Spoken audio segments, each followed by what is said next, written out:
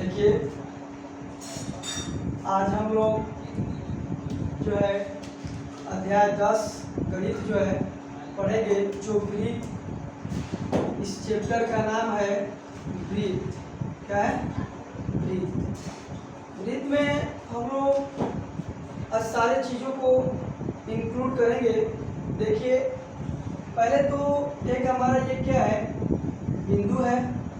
बिंदु से समान दूरी पर एक ऐसी करके मैं रेखा खींचता हूँ, इसी को हम लोग एक वृत्त कहते हैं।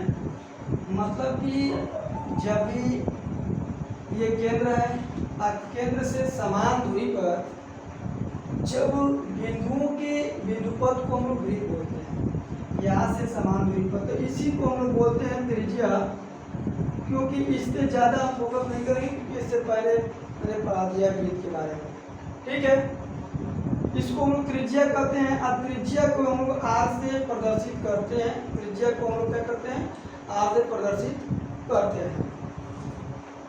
रही बात कि ये चीज़ें जो दिख रही हैं, ये वाली जो चीज़ दिख रही हैं, इसको हम लोग बोलते हैं परिधि। क्या बोलते हैं? परिधि बोलते हैं। ठीक। अब रही बात कि जब भी ये देखेंगे कि कोई एक बिंदु है, ए है, मान लीजिए ये हमारा क्या है, मान लेते हैं कि यहाँ पे ए है, ये मेरा बी है। त्रिज्या किसे कहते हैं, व्यास किसे कहते हैं, इसी पे हम लोग बता दे रहे हैं आप लोगों को, क्योंकि इस चीज को आप लोग देख रहे हैं। ये भी हमारा ये पूरा परिधि है, ये मेरा केंद्र है, ये एक बिंदु है। हम लोग त्रिज्या उसे कहते हैं जब केंद्र से परिधि पर मिलाने वाली एक रेखा जो होती है, उसी को हम लोग त्रिज्या कहते हैं।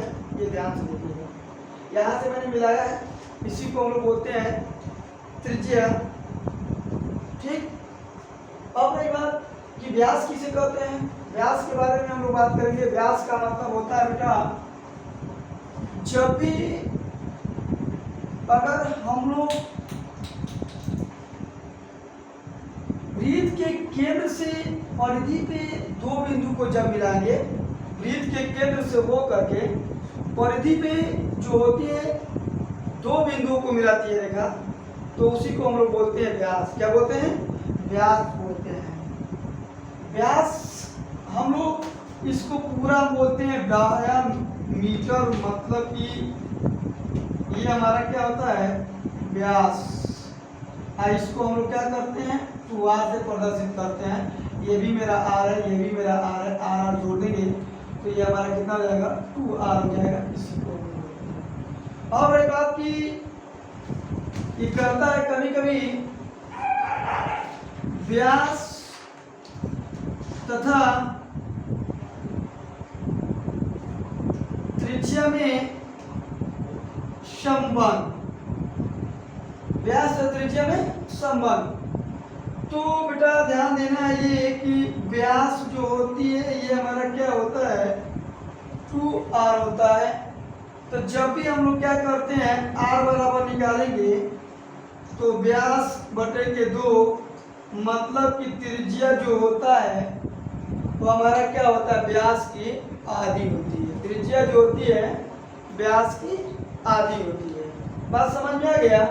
और जब ये बात कहा जाएगा कि व्यास जब जो होता है त्रिज्या का 2 गुना होता है, व्यास जो होती है देख लीजिए त्रिज्या का 2 गुना होता है। और इन दोनों में संबंध मैंने निकाला तो ये क्या होता है, जो त्रिज्या जो होता है व्यास की आधी होती है। ये तो बात खाली वृत्त के बारे में बात हुई।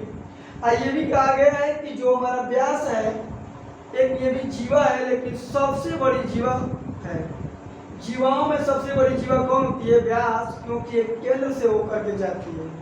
ठीक। और सबसे जो छोटी जीवा होती है, जितने परिधि के नजदीक समीप होगी, मतलब कि ये चीजें दिख रही हैं, जितने नजदीक होंगी तो सबसे ये छोटी जीवा होगी, सबसे ये क्या हो जाएंगी, छोटी जीवा होंगी। और जितने परिधि से दूर होंगे वो सबसे बड़ी जीवा होती हैं, उसी को हम लोग बोलते हैं मतलब कि जीवा। ठीक। अब रही बात स्पर्श के बारे में बात करेंगे हम लोग। ये तो जानकारी हो गई। स्पर्श की बात करते हैं। स्पर्श ध्यान से देखिएगा, ये मेरा एक वृत्त है। आइए, जब वृत्त है तो वृत्त के बारे में बात करेंगे कि स्पर्श रेखा किसे कहते हैं। स्पर्श का मतलब क्या होता है, स्पर्श की बात करेंगे। ठीक, यहां से इस चीज को हम लोग इंप्रूव करेंगे। तो अब हम लोग स्पर्श के बारे में बात करेंगे, स्पर्श रेखा की बात करेंगे।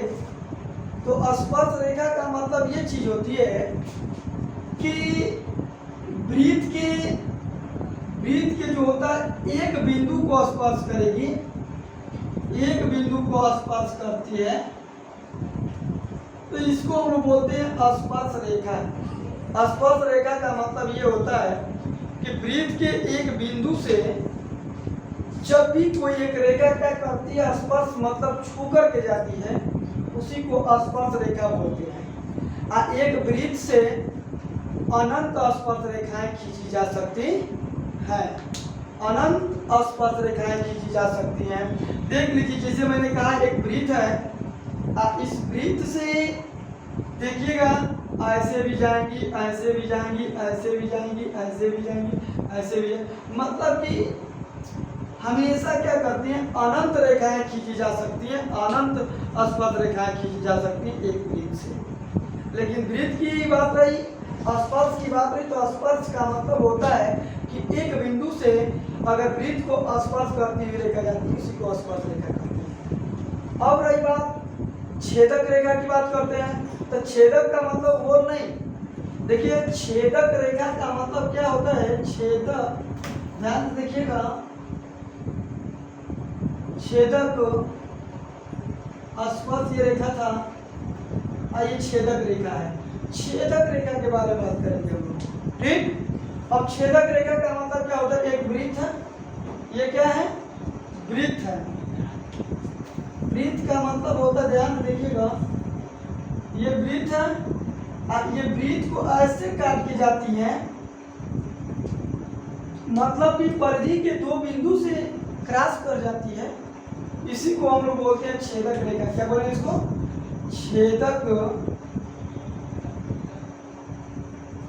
ये छेदक रेखा है। ये क्या है, ये हमारा एक बिंदु ए है, ये हमारा क्या बी है, ये केंद्र ओ है, इसी को हम लोग बोलेंगे छेदक रेखा। बात समझ में आ गया। छेदक रेखाएं जो होती है, हमेशा दिमाग में रख के चलना है कि हमेशा दो बिंदुओं से काटेगी, परिधि के दो बिंदु को हमेशा काटेगी, तभी हम लोग छेदक रेखा कर सकते हैं। ऐसे हम लोग छेदक रेखा नहीं कर सकते हैं जब तक ले हमारा क्या होता है, दो बिंदु को जब तक से काट नहीं जाएगी, अंदर से ये काट के बाहर न निकल जाए, तो इसी को जब कहते हैं हम लोग क्या कहते हैं, छेदक रेखा बोलेंगे। इस चैप्टर में मेन पॉइंट यही चीज है, छेदक रेखा है। एक चीज और ध्यान से देखना, हमको प्रमेय इसमें दिया होगा, आप देख लीजिएगा, कोई भी एक स्पर्श रेखा है, स्पर्श रेखा क्या करता है, केंद्र से क्या करती है, स्पर्श रेखा पर लंब डालती है। ठीक, ये केंद्र से क्या करती है, स्पर्श रेखा पर लंब डालती है, तो इसी को हम लोग बोलते हैं समान दूरी को होनी चाहिए। ठीक, ये चीज हमारा पी है, ये हमारा क्या है, इसको हम लोग बोलते हैं क्या, लंब बोलते हैं, लेकिन इसको एक पॉइंट से हम लोग त्रिज्या भी बोलते हैं। ठीक, यहीं से ऐसे खींच देंगे तो ये बाह्य हो जाएगा, क्या हो जाएगा, बाह्य, मतलब इसको हम बोलते हैं कर्ण। समझ में आ गया। तो ये चीज को ध्यान में देना है कि हमको क्या करना चाहिए। छेदक रेखा किसे कहते हैं, क्या कहते हैं, स्पर्श रेखा किसे कहते हैं। स्पर्श रेखा के बारे में मैंने ये बात बताया है कि स्पर्श का मतलब होता है कि एक वृत्त से अनंत स्पर्श रेखाएं खींची जा सकती है। लेकिन छेदक रेखा की बात करते हैं तो छेदक जो होती है हमेशा क्या करती है, वृत्त के मतलब कि परिधि के दो बिंदु को हमेशा क्या करती है, काटती है। परिधि के दो बिंदु को हमेशा काट करके निकलती है, उसी को हम लोग बोलते हैं छेदक रेखा। बात समझ में आएगा। लेकिन देखिए ये चीज को ध्यान रखना है, हम कह रहे हैं एक वृत्त है, आपसे मैं पूछना चाहता हूँ, ये वृत्त है और ये वृत्त को ऐसे गई है, तो ये क्या किया, ये स्पर्श रेखा है, ये स्पर्श रेखा है नहीं, स्पर्श रेखा नहीं है, क्योंकि अब इसको मैंने बोला ये क्या स्पर्श रेखा है, ये मैंने बोला कि स्पर्श रेखा है तो स्पर्श रेखा नहीं है, क्योंकि सब दो बिंदु से ये काटी हुई है।